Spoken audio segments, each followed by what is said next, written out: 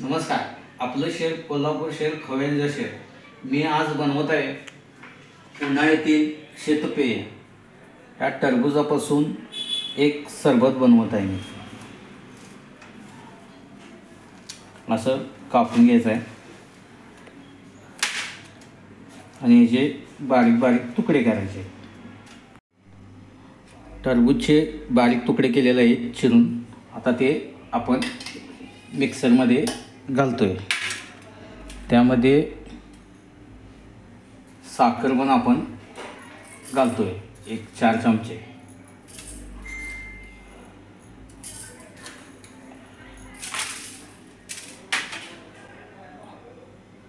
वेलची पावडर 1 चमचा घालतोय.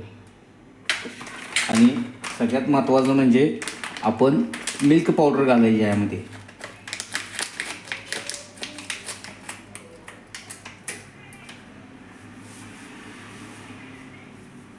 आणि बर्फाचे खडे थोडे घालतोय आपण यामध्ये.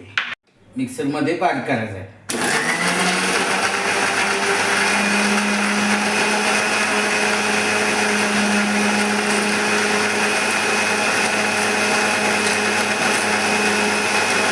आता आपला टरबूजचा सरबत झालेला आहे.